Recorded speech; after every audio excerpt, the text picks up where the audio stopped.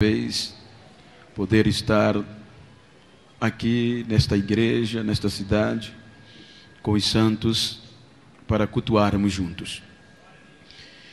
Quero estender os meus agradecimentos ao pastor José Rodrigues, pastor presidente de honra desta igreja, do qual devo reverência, como também pastor Neemias, um amigo do qual não sou merecedor desta amizade, presidente da igreja e da convenção, e assim também extensivo a toda a diretoria desta honrada igreja. Quero louvar a Deus pela vida do pastor Divino, pastor Elias, dentre tantos outros, que eu não vou ter a ousadias de chamá-los de companheiros, haja vista que eu não estou a esta altura, mas terei a coragem de chamá-los de amigos.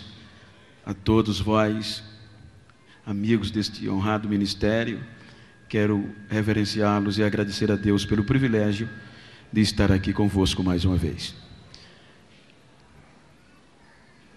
Registrando o agradecimento ao pastor Washington pela receptividade, desde o aeroporto, cuidando de mim. Pastor Jackson Marques, parece que eu ouvi estar ali, um amigo particular, e a todos os demais.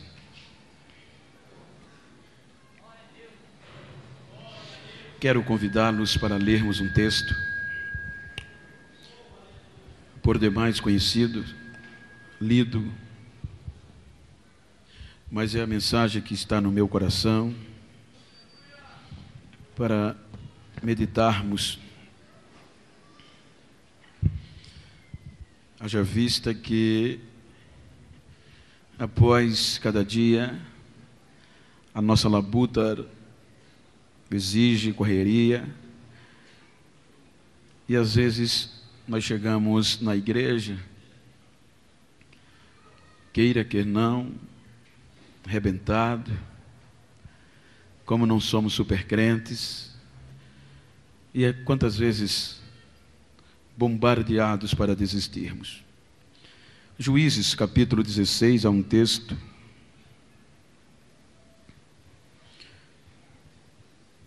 diz que é bom falar do que a gente conhece, é bom andar com os conhecidos.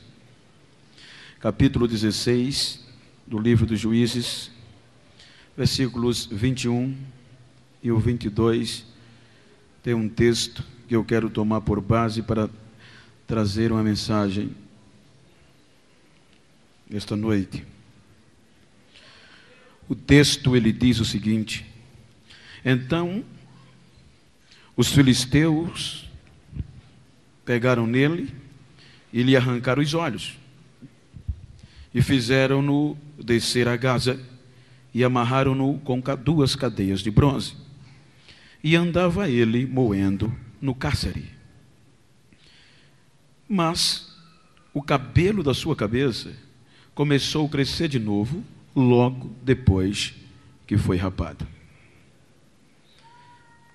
Soberano Deus e eterno Pai, queremos te louvar por esta noite. Obrigado por me trazer aqui, Senhor.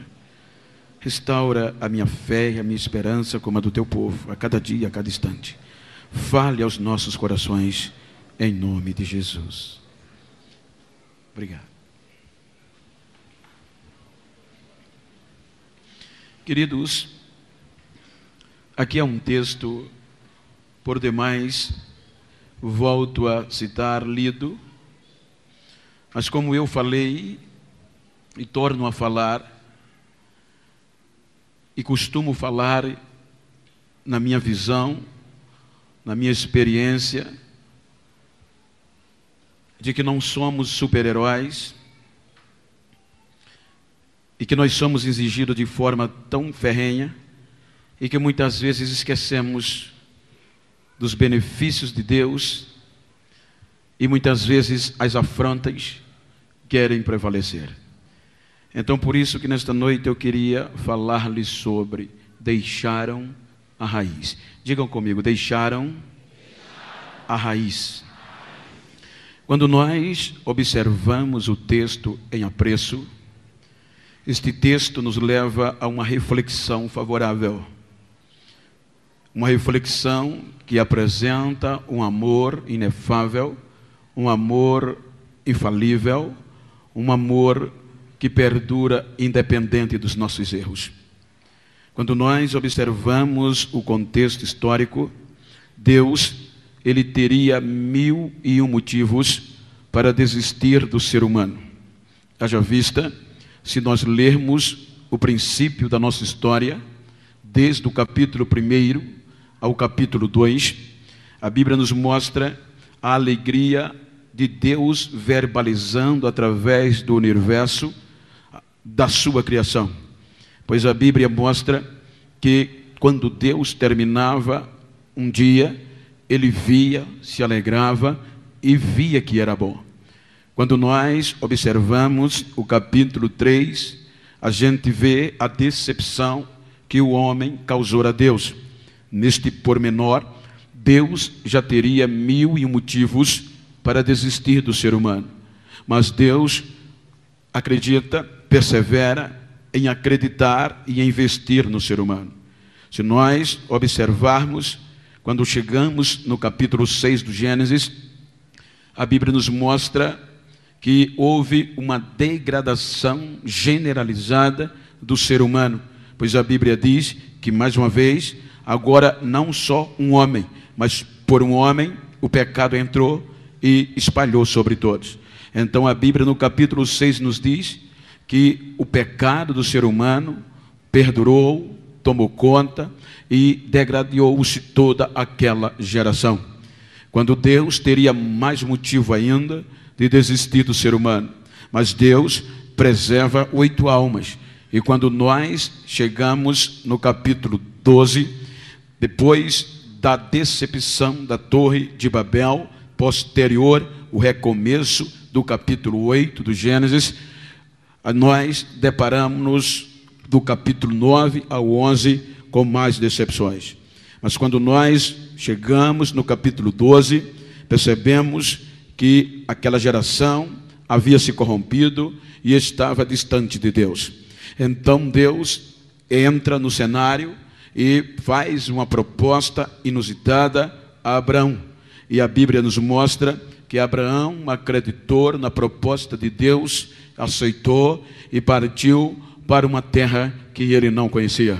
O interessante é que o relacionamento de Abraão com Deus era um relacionamento íntegro, de fidelidade, ao ponto que Deus, salvo engano, pela primeira vez, verbaliza chamando o homem de amigo. Então, Abraão, ele restabelece um patamar de aliança, de intimidade com Deus. Quando nós passamos para a geração posterior, através de Isaac, aquela intimidade já não era mais a mesma. Haja vista que se você começa a ler a história de Isaac, parece que você está lendo a história de Abraão, os mesmos acontecimentos. Quando nós vamos para a história posterior à geração de Jacó, a intimidade ia em decadência. Haja vista que a Bíblia mostra que Jacó aparece no cenário como pejorativo, como enganador, como trapaceiro, como pessoa que não era digna de confiança. Portanto, Deus olhou para ele, e quando nós observamos que Deus faz com que Jacó volte à intimidade no Val do Jaboque, a Bíblia nos diz que este mesmo projeto, que era o maior projeto de Deus, o Novo do Velho Testamento e durante todo o tempo, agora, conforme está estabelecido em cerca de 70 almas, este mesmo projeto desce para o Egito, numa condição de 70 almas. A Bíblia nos mostra que este projeto entra no Egito. Então, quando este projeto ele sai do Egito, já sai com milhares de pessoas. Porém, havia uma precipitação, havia uma perspectiva muito boa para uma geração futura no contexto intimidade, porque a Bíblia diz que agora Moisés tinha intimidade com Deus.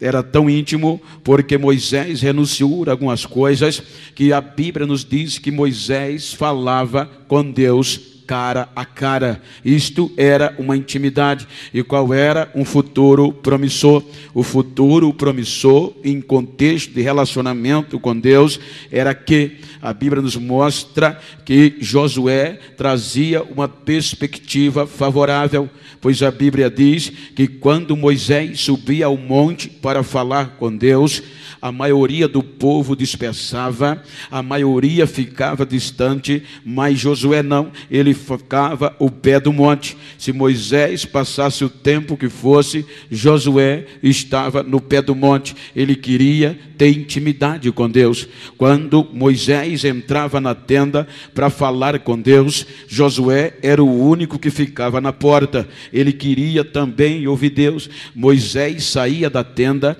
ia para casa, mas Josué continuava na porta da tenda, como uma perspectiva favorável de relacionamento. Quando a Bíblia nos mostra a partida de Moisés, então Josué aparece no cenário muito, numa questão, de uma chamada, de uma escolha, porque ele já tinha marca deste relacionamento. A Bíblia mostra que Josué, ele protagoniza o cruzar do Jordão e a distribuição da terra no meio da terra prometida.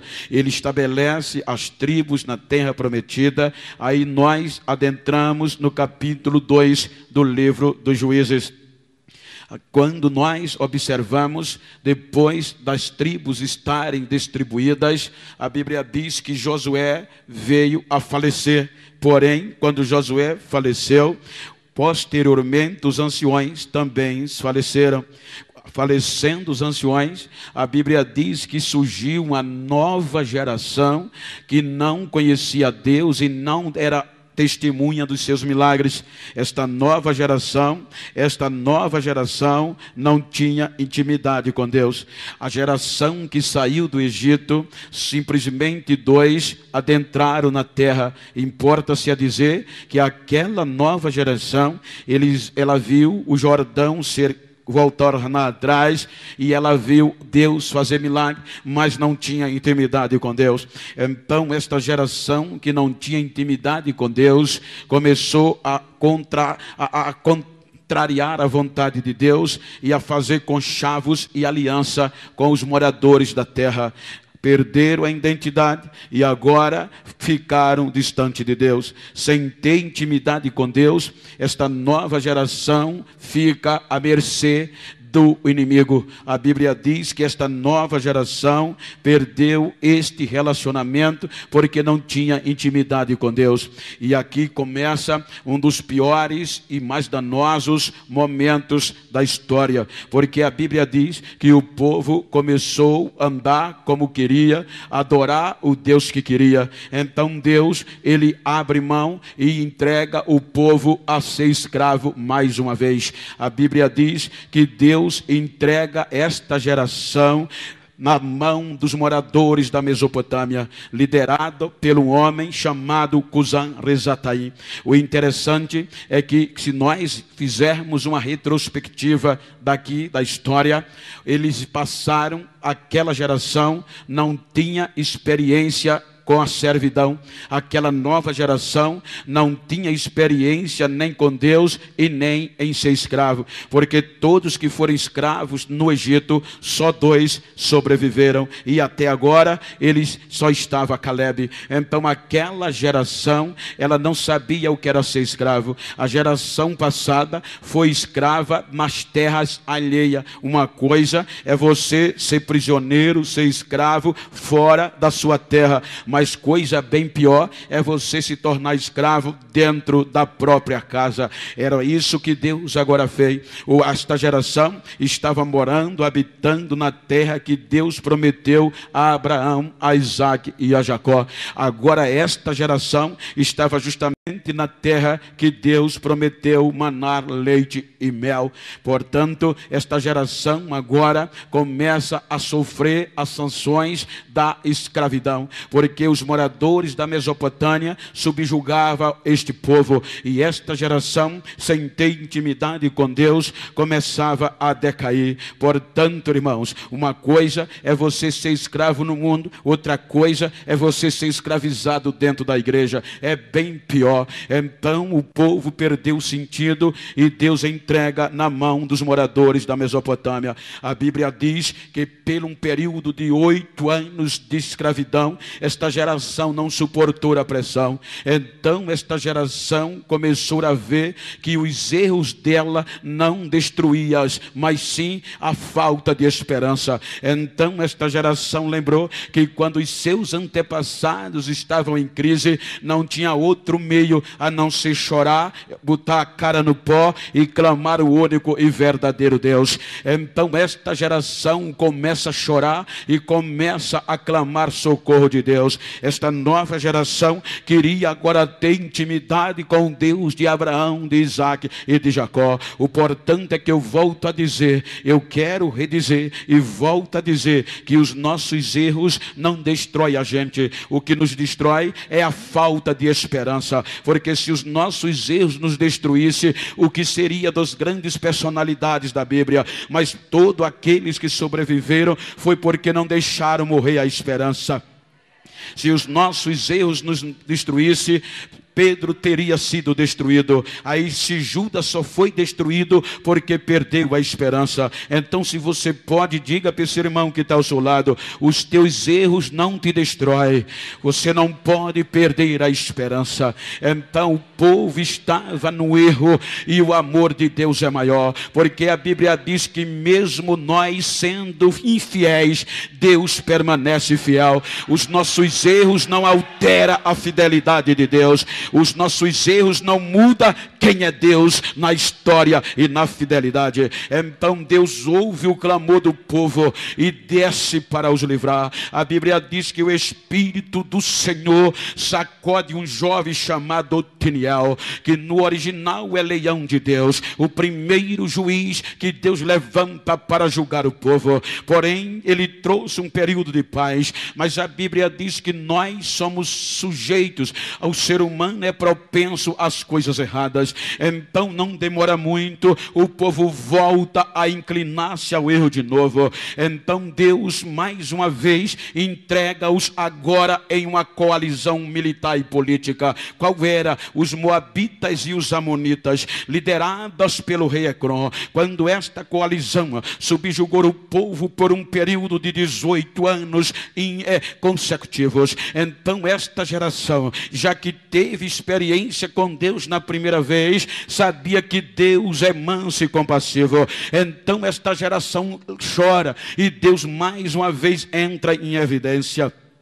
A Bíblia diz que Deus levanta Eude, que no original quer dizer união. Eude faz uma estratégia e liberta o povo da mão de Eglon e desta coalizão militar. Então agora Deus resolveu abrir as portas dos céus. A Bíblia diz que foi um longo período de paz o povo diante de Deus. A ponto, se você ler o capítulo 5, 4 e 5 dos Juízes, você vai entender. A Bíblia nos diz que Deus resolveu abrir as portas e cumprir o que disse a Abraão, a Isaac e a Jacó. A história diz que o povo, as tribos de Israel, começaram a viver momentos de prosperidade, tanto no contexto do comércio como no contexto da agricultura. Os vales se enchiam, as plantações, as previsões era menor do que o real. Todo previsto era suprimido pela realidade da colheita. A cada ano eles criavam novos armazéns. A chuva, a seródia, a temporão caía no tempo certo. Então, além da lavoura agora bombar e dar sustentabilidade, rentabilidade em toda a região aos hebreus, agora o comércio começa também a expandir, porque a história nos mostra com base bíblica que as caravanas mais comerciais, as caravanas mais ricas, que transportavam as pedras mais preciosas da época, eram os ismaelitas, os caravanas que vinham da cidade de Havilá. Essas caravanas saíam de Havilá com os seus animais cobertos, repletos de ouro, de pedras preciosas, para comercializar em todo aquele mundo. O interessante é que a estrada principal, na nossa linguagem, a BR principal, cortava as tribos de Israel pelo meio. Então diz a história que quando Deus quer abençoar o seu povo, olha o que é que ele faz. Os caravaneiros saíam com pedra, ouro, pedras preciosas de Havilá e deixava no comércio de Israel. E o que era que eles levavam de volta? Sal do Mar Morto, por conta do contexto medicinal. Quando Deus resolve abrir a porta, ele faz acontecer isso. Rico troca ouro por sal para abençoar o crente. Só Deus pode fazer isso. Então as aldeias vão bombando, as aldeias vão criando forma e o comércio começa a expandir. Agora não havia mais crise, agora a questão financeira estava estabelecida. Então a autossuficiência fez o povo esquecer de Deus. A autossuficiência, os seus insumos, os seus equipamentos agrícolas, a prosperidade dos celeiros e dos armazéns fez com que o povo se achasse autossuficiente. Então se esqueceu mais uma vez de Deus, e Deus agora resolve bater pesado na história de Israel. A Bíblia diz que Deus entrega o povo na mão de Jabim, e Jabim era o mais experiente de todos os reis da época, porque ele era rei de Canaã, e Canaã era justamente a terra prometida. Então Jabim, ele reinava na cidade de Razó, que ficava na margem da BR principal.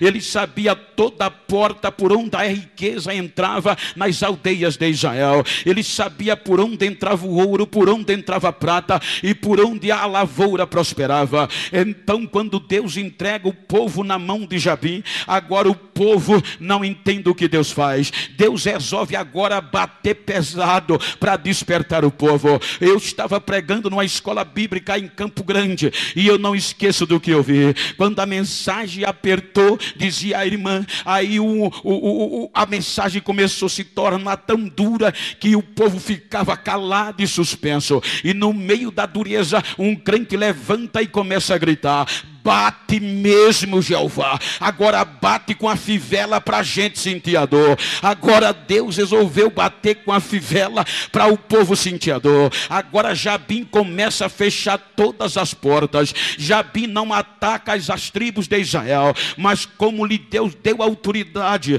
o exército com carro, com cavaleiros poderosos, aí Jabim é experiente. Ele fecha, ele coloca brites na entrada principal por onde entrava o ouro. Ele fecha todas as entradas por onde as bênçãos de Deus penetrava. Ele fechou todas as portas. Porém, aí é o texto de Juízes, Débora registra que a crise se estabeleceu de uma forma tão grande que até o poder bélico foi afetado. Ela diz que os soldados perderam o escudo e perderam lança. Não tinha como investir porque não tinha mais recurso. Então agora mais uma vez, todas as portas fechadas, Jabim predominando, o exército vencendo. Só que tem um mistério do povo de Deus. Jabim fechou o norte, Jabim fechou o sul, Jabim fechou o oriente e fechou o ocidente, mas Jabim se esqueceu de fechar uma porta e deixou ela aberta. Qual era? A porta do círculo de oração.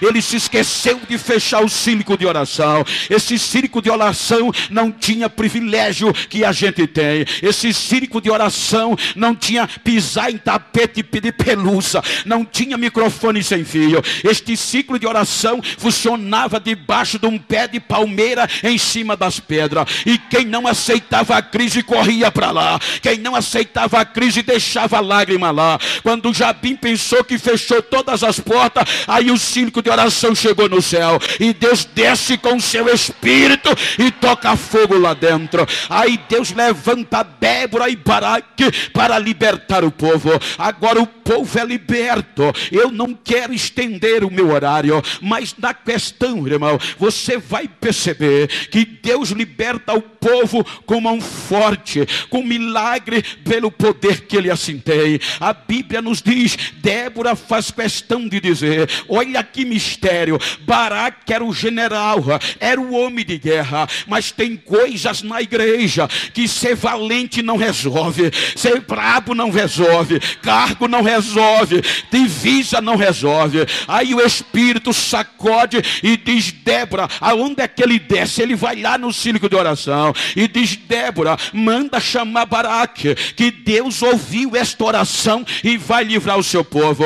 Aí Débora manda chamar Baraque, mas Baraque, com todo o cargo, com toda a arma, com toda a divisa, ele tremeu, porque o exército de Jabim tinha carro e cavaleiro, 900 carros de guerra. Aí ele tremeu e disse, Débora, eu não vou aceitar isso não, eu só vou se você for comigo. Ou seja, nada supera o poder de um joelho de um crente que ora. Não tem poder maior do que esse. Ela disse, eu vou. Veja, 10.000 soldados de Israel, da região, agora contra todo exército de Jabim, sobe o Monte Tabor. Quando eles estão em cima do Monte Tabor, aí o exército de Jabim entra no vale de Jezreel. Vamos acabar com ele. Aí Débora desce do joelho. Quando ela desce do joelho, ela vê uma pequena nuvem formando no céu. Ela diz, Baraque, pode descer para a guerra, que Deus está levantando do trono.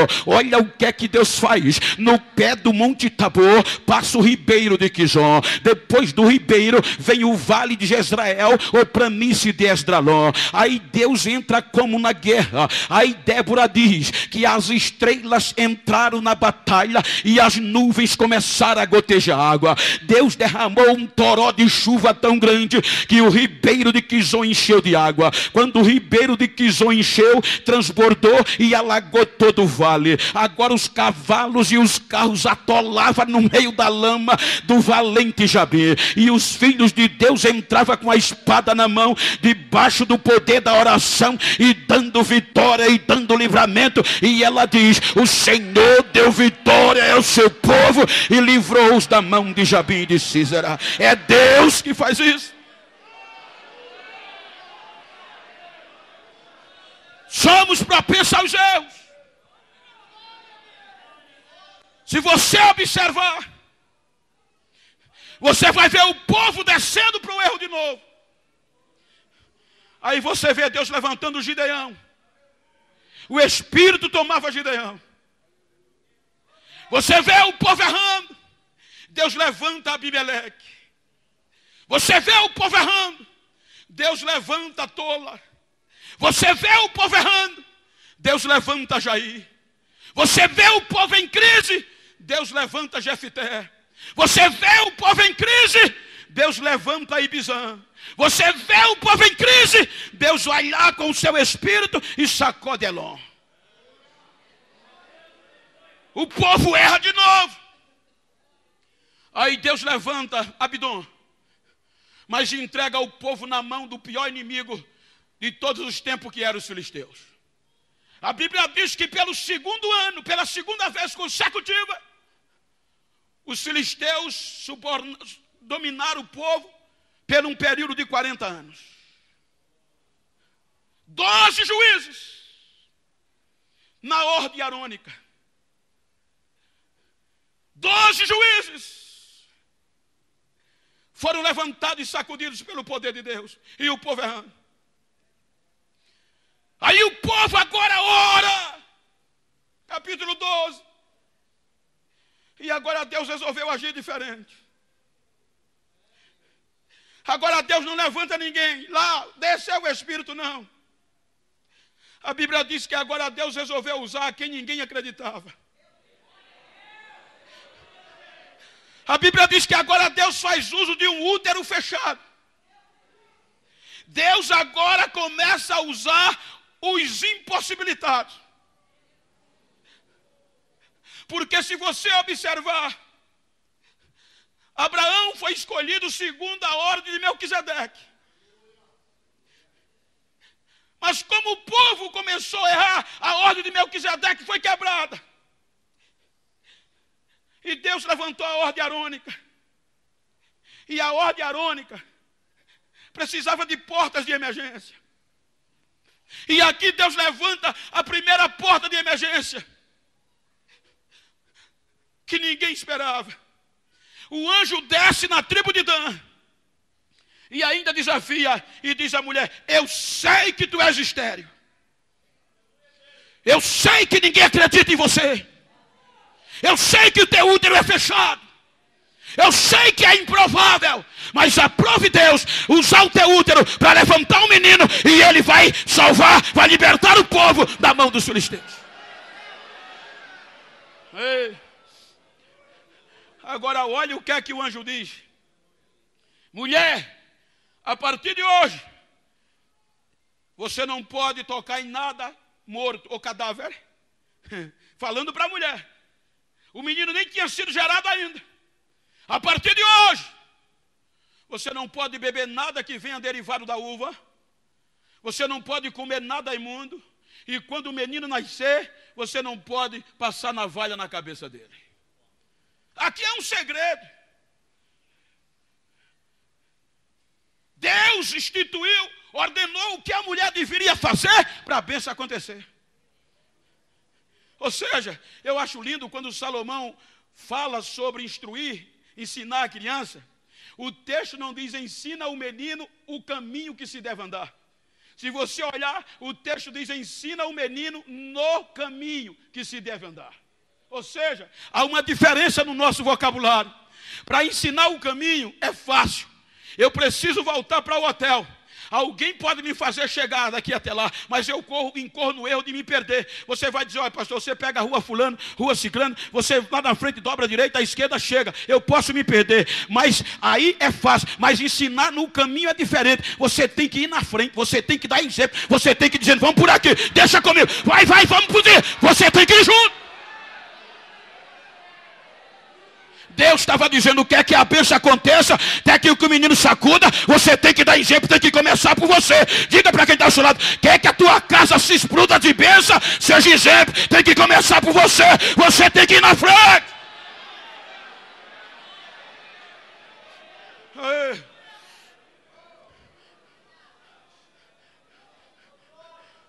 Termina o capítulo 13 dizendo que o menino nasceu. Ponto e vírgula, uma pausa maior. E o capítulo dizendo que o menino cresceu. E quando o menino cresceu, o Espírito de Deus incitava, provocava ele. O Espírito de Deus em Dan sacudia ele. Eu vou conjecturar. O Espírito do Senhor olhava para o menino crescendo e dizia: tu vais ser uma bomba. Eu vou te sacudir nesta terra. Eu vou te provocar. Mas o problema é quando o menino cresce. O capítulo 13 termina dizendo: o menino cresceu e o Espírito Santo o incitava.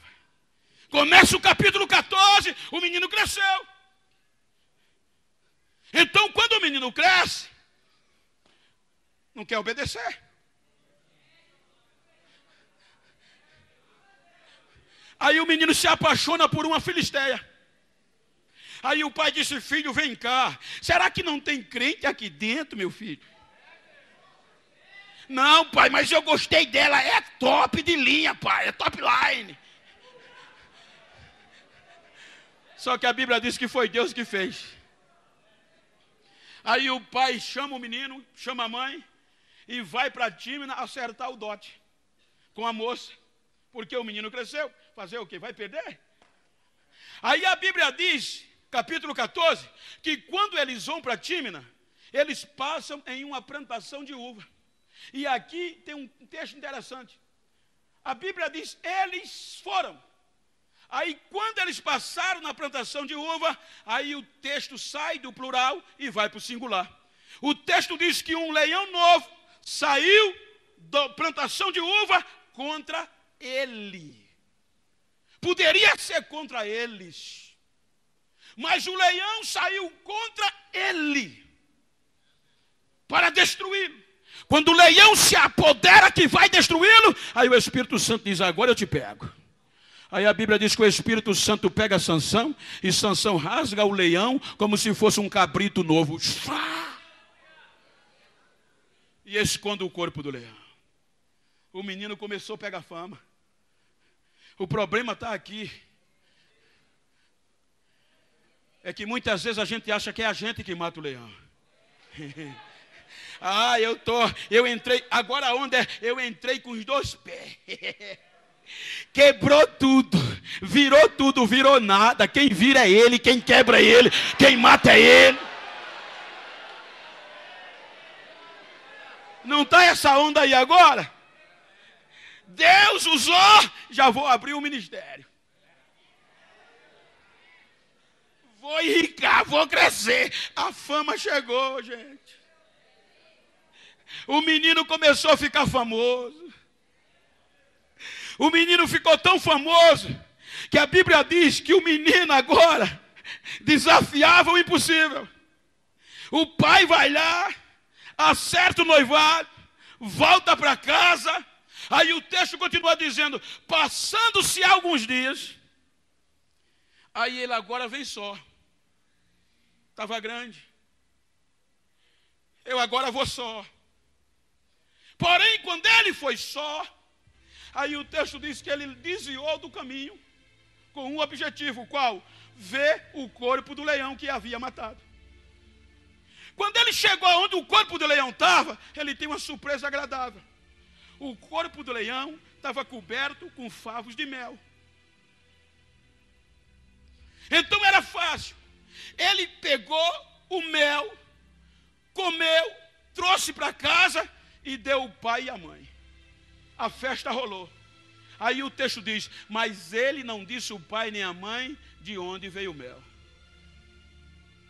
O princípio do nazereado dizia que ele não podia tocar em cadáver. E usando a lógica, para ele pegar o mel, ele tocou no cadáver, que o mel estava sobre o cadáver. Então ele pegou, não disse o pai nem a mãe, ninguém viu, sozinho, no mato, ninguém prestou atenção, e ele vem para casa e faz a festa. Mas os olhos de Deus estavam vendo. Isso é um dos maus que estão acontecendo em nossos dias. Se você pode, diga para quem está ao seu lado, olha, se tu não pode contar a ninguém de onde vem o mel, deixa o mel quieto. Deixa o mel para lá. Só ele viu. Ninguém viu. Aí agora, lambuzado de mel, fez a festa. Quem encontrava ele? Pai do Senhor, meu herói. Pai do Senhor, o pregador. A fama estava tão grande que a Bíblia diz que o terrível era tão bom que ele pegou 300 raposas, que não é coisa humana, toca fogo no rabo das raposas e joga na seara dos filisteus. Os filisteus perguntaram quem fez isso? Sansão. E ele ainda manda um recado: se vier eu faço pior de novo. O cabo estava grande. Ele estava tão grande que os filisteus conseguiram subornar os judeus. 3.000 homens judeus para segurar Sansão e amarrar. Como ele não podia brigar com os seus irmãos, ele se deixou, ele só pediu: não me matem. E a Bíblia diz que os judeus amarraram Sansão com cordas novas. E a história diz que essas cordas novas eram de nervos de animais frescos. Eram elas tão resistentes que se amarrassem um boi puxando para a direita e outro boi puxando para a esquerda, eles não conseguiam tocar essas cordas. Os judeus amarraram Sansão com cordas novas. Quando os filisteus vieram, a Bíblia diz que Sansão quebrou aquelas cordas como se fosse fio queimado.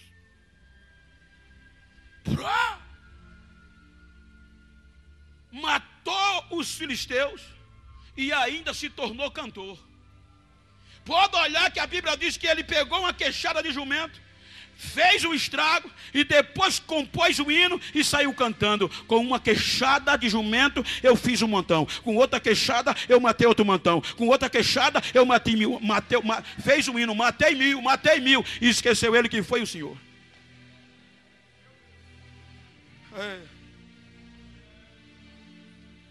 Ficou famoso demais. Segundo erro, segundo incidente, a Bíblia diz que ele estava tão famoso que chegou em Tímina e ofereceu um banquete de arrebentar. E o original hebraico diz que quem oferecia um banquete desse termo teria que participar dele. Sansão bebeu no banquete. Ninguém viu. Ele bebeu no meio dos filisteus? Bebeu fora da igreja? Ninguém viu. Quebrou a cara, mandou ver. Aqui só tem filisteu, lá na história. Deixa eu olhar, só tem filisteu. Então eu vou cair dentro. Quando volta para Dan, volta sóbrio. Pai do Senhor, meu pregador. Pai do Senhor.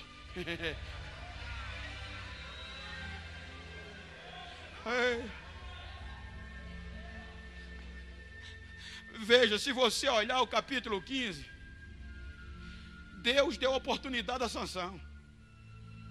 O capítulo 15 era para Sansão refletir. Porque coisa linda é que Deus dá corda. Deus faz a gente pensar que somos alguma coisa. Ele deixa, vai, caba-besta, vai. Mas a corda estica. E quando a corda estica, ou você volta ou se arrebenta. O capítulo 15 era para Sansão recomeçar. Porque era baratinho. Deus sempre deixa uma porta de escape para nós. Se você ler o capítulo 6 do livro de Números, ele é tão lindo que Deus disse a Moisés: se alguém fizer um voto de Nazireu, tem algumas restrições, Moisés. Você ensina o povo que quem fizer esse voto, que era porta de emergência, santidade ao extremo, ele não pode comer nada da uva, está no capítulo 6 de Números. Ele não pode rapar a cabeça, ele não pode tocar em nada imundo, e ainda diz, ainda que o pai morra, a mãe ou o irmão, eles não podem se aproximar. Aí Deus diz: Moisés, mas se por um incidente ele se contaminar, é fácil recuperar. Você diz a eles, Moisés, que procura o sacerdote. Olha como era baratinho. Quando chegar no sacerdote, o sacerdote rapa a cabeça dele e espera 7 dias. Depois de 7 dias, ele traz 2 rolinhas e 2 pombinhos e está resolvido. Porém, Moisés, todo o tempo de Nazireu será zerado. A credencial dele será rasgada e será feito outra para recomeçar. O tempo vai ser esquecido. É daqui para frente agora. Não era baratinho? Mas a fama. Beber ninguém viu. Foi para dentro. O mel foi para dentro, ninguém viu. Mas para o sacerdote rapar a cabeça, todo mundo ia ver que o pregador pecou. Todo mundo ia ver a cabeça rapada e ia dizer: caiu. E o pior inimigo do recomeço é o orgulho. O pior inimigo do recomeço é o orgulho. Como vou me arrepender se todo mundo vai ver? Ei, ai. Era baratinho demais.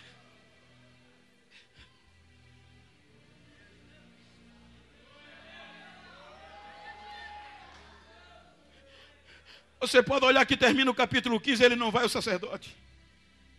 Aí quando começa o capítulo 16, a corda estica. Aí Deus diz, agora eu vou mandar alguém rapar a cabeça dele. Aí Deus joga ele na mão de Dalila. E na mão de Dalila, ele não aguenta 3 chavecos. Primeiro chaveco, segundo, no terceiro, ele disse, nunca se passou navalha sobre a minha cabeça. No dia que a minha cabeça for rapada,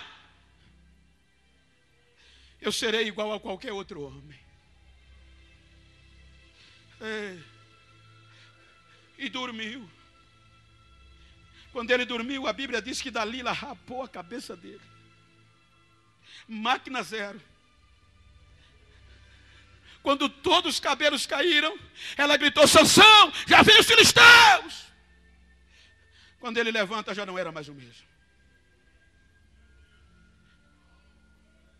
O Espírito do Senhor havia saído.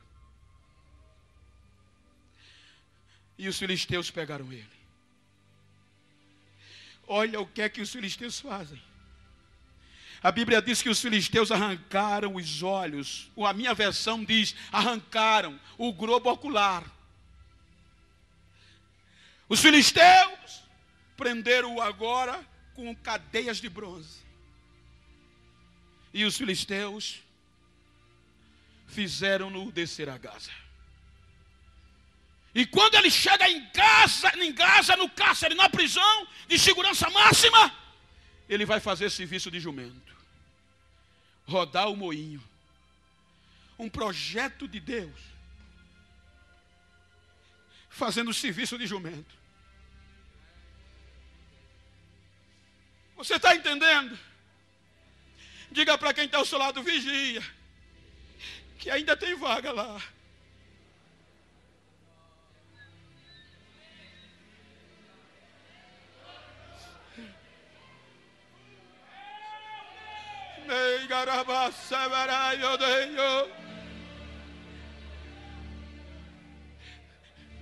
Agora ele estava lá amarrado. Os filisteus tiraram a visão, tiraram a liberdade e tiraram a direção. Agora está Sansão andando em círculo, empurrando, rodando o moinho. Só que o texto que a gente leu diz que assim que a máquina zero passou, logo que a cabeça foi rapada, o cabelo começou a crescer de novo. Deus estava dizendo, eu não vou desistir dele. Se estão pensando que eu vou largar ele, não vou. O cabelo vai cair, mas eu vou fazer crescer de novo. Os filisteus jogaram ele no cárcere.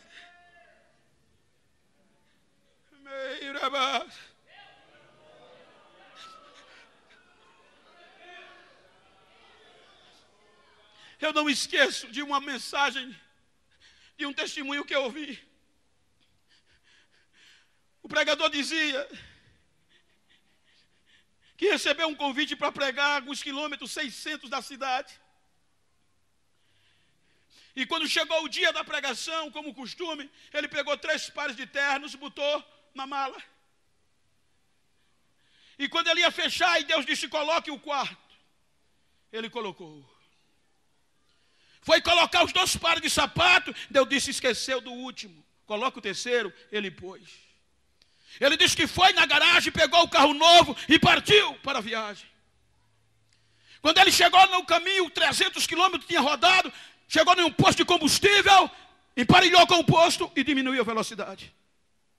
E tinha um homem sentado no meio-fio, na beira do asfalto, pior do que um mendigo, sujo, cabeludo, fedendo. Quando ele emparelha, aí Deus disse, dê uma carona a esse moço e leve ele para onde você vai. O pregador olhou, parou o carro, disse, não, Senhor Deus, disse, leve. Ele engrenou ré, voltou, encostou, chamou o homem sujo, fedendo, baixou a cabeça e ele abriu a porta de trás porque não teve coragem de botar o homem no banco da frente. O homem calado entrou, calado ficou. Ele disse que pulou um CD no CD Play, e o homem calado, cabisbaixo, e começou a rodar o hino. Eu era pobre e perdido, sem Deus e sem Jesus, quando Ele estendeu as suas mãos para mim. As lágrimas caíam do olho do homem, dos olhos, e ele não dizia uma palavra. Ele disse que quando chegou na cidade, no primeiro posto de combustível, olhou para trás e disse: moço, aqui dá para o senhor ficar? Disse que o homem calado estava, ficou. Aí Deus disse: leve-o para o hotel que você vai. Chegou na portaria, na recepção, fez o check-in, aí foi tocado para mandar cortar o cabelo do homem, fazer a barba, ele o fez e subiu para o quarto com o homem. 7 horas, 6:30 da noite, o pregador tomou o banho, trocou, vestiu o terno, olhou para o homem calado, sentado no sofá, e disse a ele: moço, lá para as 10, 10:30 eu chego e a gente decide o que vai fazer. Fique aí. Aí ele disse que Deus disse: está pensando o quê, rapaz? Aquele melhor terno que eu mandei você trazer não é para você. Aquele melhor sapato não é para você. Vista ele, calce ele, leve ele para a igreja que você vai. Ele pegou aquele homem, levou, botou no carro, o homem calado. Quando chegou no estacionamento da igreja, que o homem levantou a cabeça, começou a falar em línguas estranhas. Ele disse que o homem disparou em línguas estranhas de uma forma tão bonita que tremia. Ele pegou na mão do homem e levou para a porta da igreja. Quando o homem chegou na porta da igreja, o pastor parou e ficou gritando: Deus é fiel, Deus é fiel, Deus é fiel, Deus não desiste, Deus não desiste, Deus não desiste. A mocidade começou a falar em línguas estranhas. As irmãs correram para a porta, começaram a abraçar o homem. O pregador foi deixado de lado, correu para o púlpito, chegou no púlpito: pastor, o que é que está acontecendo? Aí o pastor pegou a mão no bolso, tirou o envelope e volta: precisa pregar, mas não, está aqui tua despesa. Pastor, o que é que houve? O que tinha de ser feito já foi feito. Mas o que é que foi feito? Aquele homem que chegou com você é um herói de Deus. Ele construiu essa igreja, ele tem história. Chegou uma nova geração, tomou o ministério dele, jogou ele para fora. A gente pensava que ele já tinha morrido, mas Deus é fiel e trouxe ele de volta. Deus é fiel.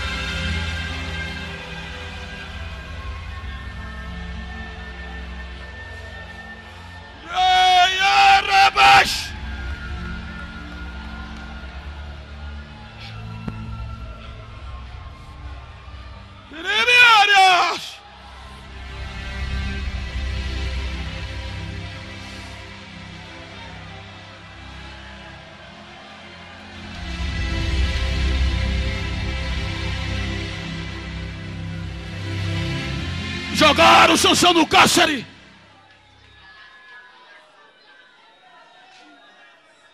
Deus não desiste de um obreiro.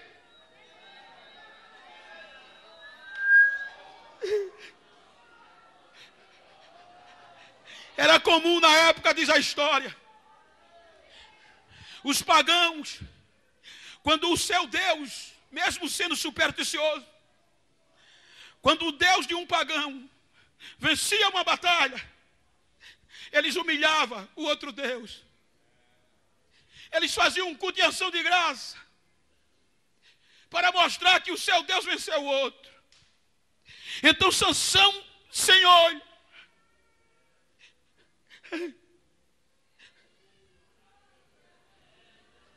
Sansão algemado. Aí fizeram a festa que a casa de Dagon lotou. A Bíblia diz que tinha príncipe e povo de tanta gente que só no teto atrepado tinha 3.000. Aí lembraram: tem que ter um palhaço para alegrar a festa. Qual é o melhor palácio da cidade? Aquele obreiro que caiu. Vai buscar ele para divertir a gente.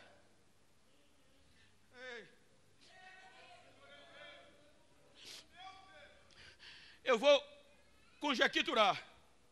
Entendam, eu vou pedir ajuda de um amigo pela intimidade, no contexto de ilustração para você. Pastor Washington, com todo respeito, me ajuda a pregar. A Bíblia diz que vão no cárcere e Sansão sobe rebocado, sem visão, e o moço puxando ele.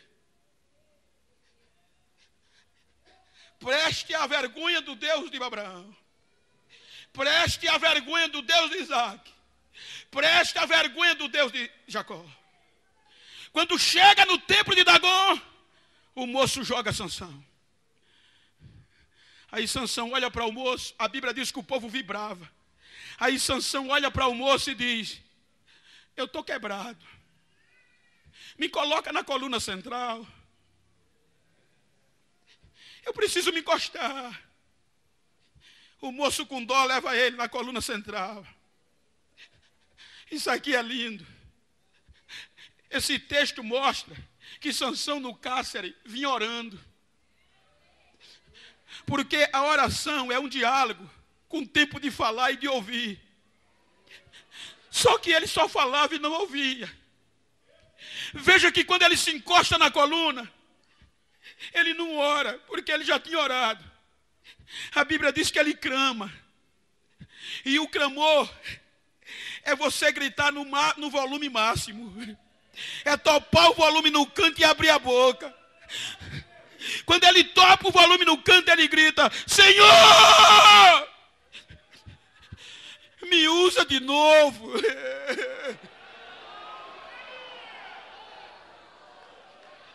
Pelo menos só essa vez, Senhor, me usa. A Bíblia diz que o Espírito Santo desce, o Espírito do Senhor sacode Sansão. Sansão pega a coluna, joga para lá e para cá. O templo do Dagom cai e todo mundo desce para a cova. Ei, olha que coisa linda. Se você olhar do capítulo 13 ao 16, você vai encontrar cerca de 96 versículos. Se você pega esses 96 versículos, você minuciando, vai encontrar 20 aproximadamente, dizendo a fama de Sansão. Sansão fez isso, Sansão arrancou a porta da cidade, Sansão tocou fogo, Sansão matou, Sansão cantou, Sansão quebrou, Sansão arrebentou em 20 versículos. E Deus? A Bíblia diz que Deus só precisou da parte A, nem usou um versículo todo. Só precisou da parte A do penúltimo versículo do capítulo 16. E está lá escrito: no último dia, Sansão fez mais proeza do que em toda a sua vida. Ou seja, Deus não precisa muita coisa para devolver o que roubaram de você. Deus não precisa muita coisa para te usar de novo. Deus não precisa muita coisa para restituir o que acharam que se havia roubado de você. Deus não desiste.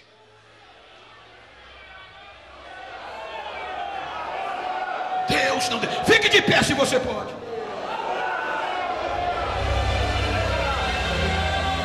Tecladista, me ajuda aí.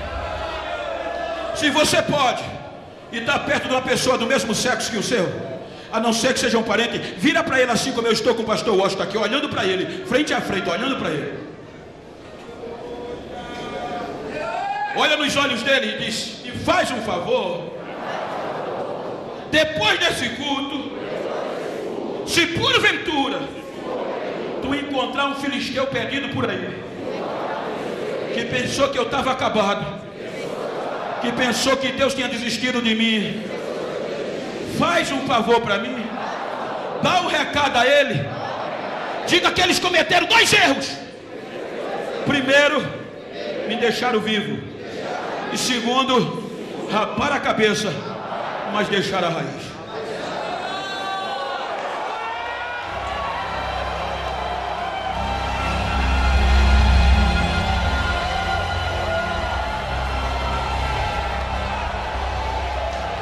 O homem pode arrancar a orelha, o homem pode rasgar a credencial, o homem pode até castigar, mas ele arranca o cabelo, mas na raiz ele não entra.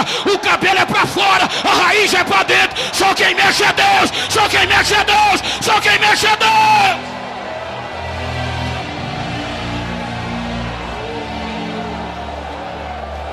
Abraça esse crente que está ao teu lado. Diga para ele: ainda tem raiz, então vai crescer. Ainda tem raiz, vai crescer, vai crescer, vai crescer.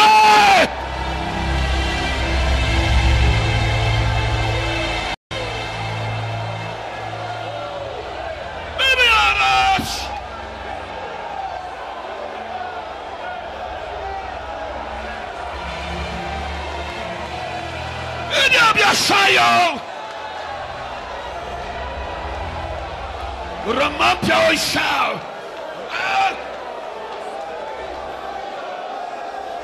Ai, meu Deus, chama e te cavas. Je prie au cheio do Rulaia Sandegavas. O cheio Ramanda Baia Sei. E te proprio de Gassamba, e de Galasai, e de Bro, Raseta Gaia de Bro. Raibio de Gassaba, o Biodonas.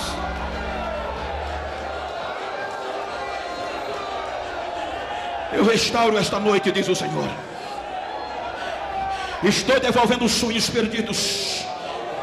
Estou restituindo projetos rasgados. Estou levantando vidas do pó para a minha glória, e estou trazendo à tona de novo. O meu nome será glorificado através de vidas aqui nesta noite, porque nesta noite eu estou fazendo renovo, eu estou tratando de novo, eu estou restaurando vida, para que saiba que eu estou fazendo isso. Sinta o meu abraço, receba os meus passos no meio de vós, diz o Senhor desta igreja. Agora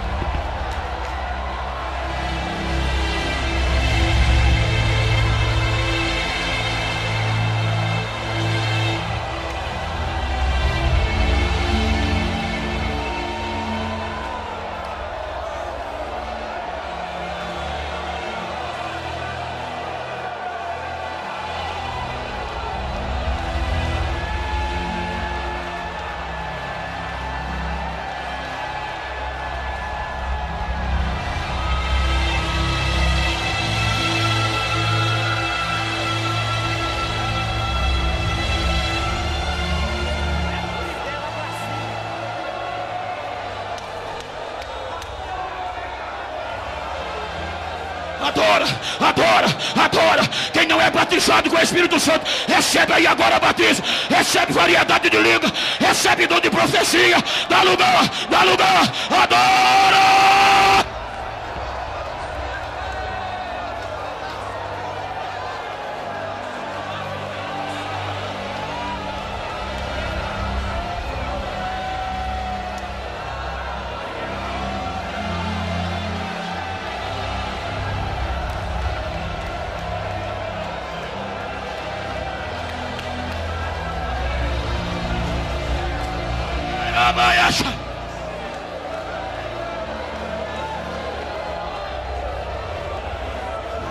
Deixa eu ver o barulho.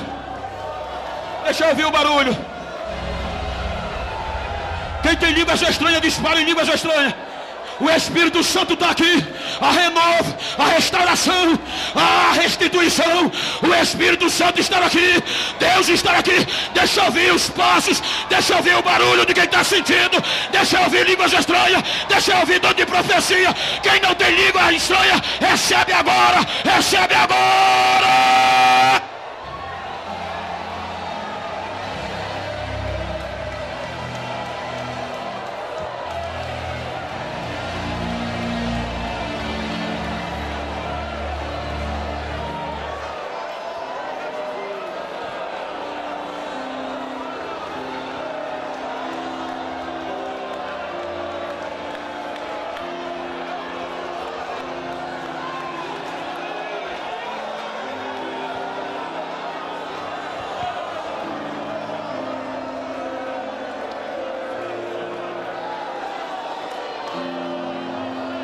Aleluia, o adorado está aqui. Oh, aleluia. Quando Jesus estendeu as suas mãos, vamos sentar. Quando ele estendeu as suas mãos para mim, eu era pobre, perdido, sem Deus, sem Jesus. Quando ele estendeu as suas mãos para mim. Levante a mão bem alto. Agora, desde que aceitei. E na tempestade eu posso sossegar, pois com Ele estou liberto do perigo e do mal. O Senhor está nessa casa. Oh, glória a Jesus. Arabaxandarabás. Glória a Jesus, aleluia. Louvado seja o nome do Senhor. Glória a Deus. Estendeu as suas mãos. Quando Ele estendeu as suas mãos para mim, eu era pobre, perdido, sem Deus, sem Jesus. Quando estendeu as suas mãos para mim. Aleluia. Só quero ouvir os pentecostais. Aleluia. Jesus Cristo batiza agora com o Espírito Santo. Jesus Cristo cura os enfermos agora. Aonde tiver problemas difíceis, Ele soluciona agora. Operando Deus, ninguém pode impedir, ninguém pode impedir, ninguém pode impedir. Vai recebendo na galeria, aqui no altar, aqui embaixo. Deixa a glória de Deus invadir essa casa nessa noite. Arabaxandarabás, Erimicandarás, aleluia.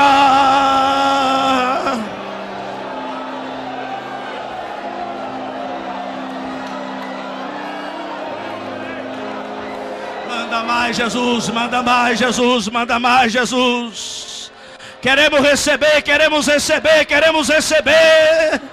Queremos receber, queremos receber, queremos receber a tua glória, a tua unção nessa noite.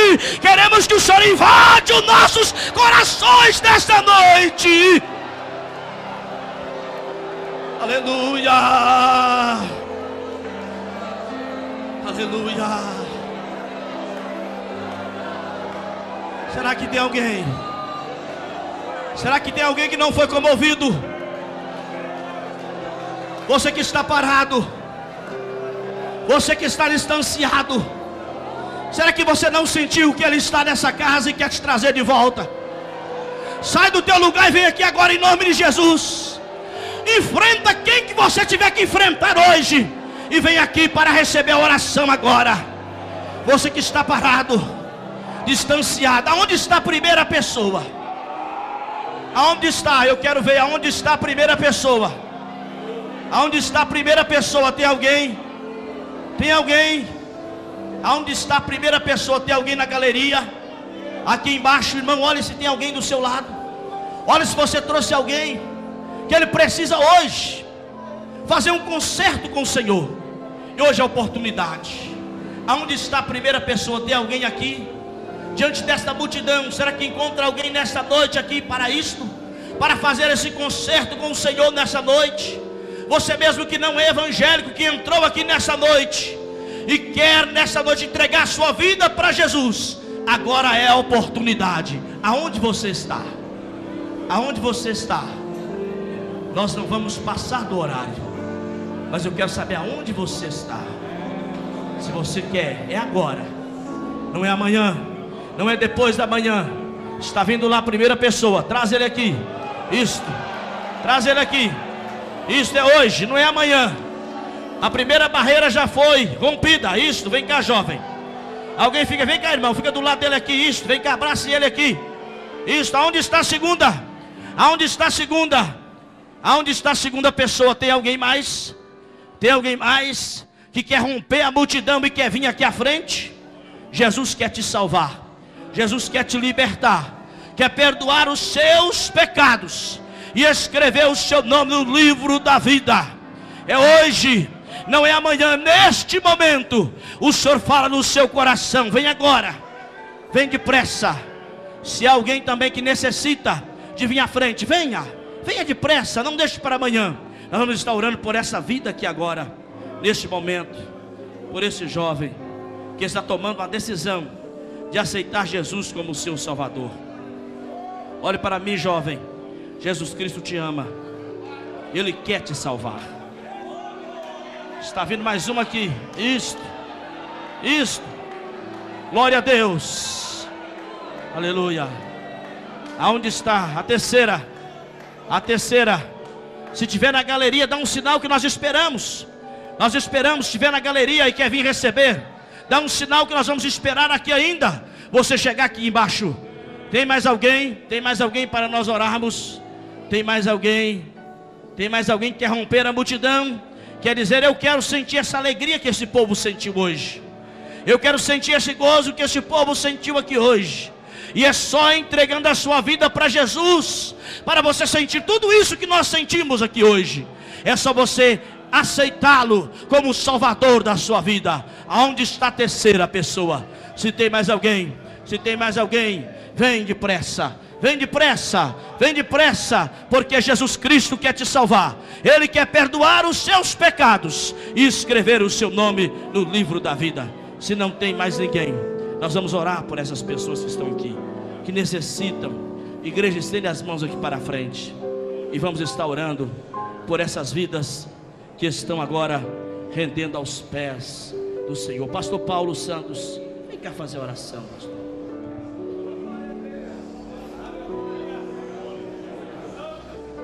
Paz do Senhor para os irmãos.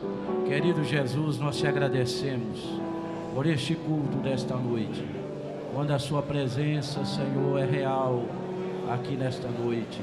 Continua abençoando o teu servo, pastor presidente da nossa convenção, pastor Neemias, o teu servo, a sua família, esta igreja, o pastor José Rodrigues, Senhor.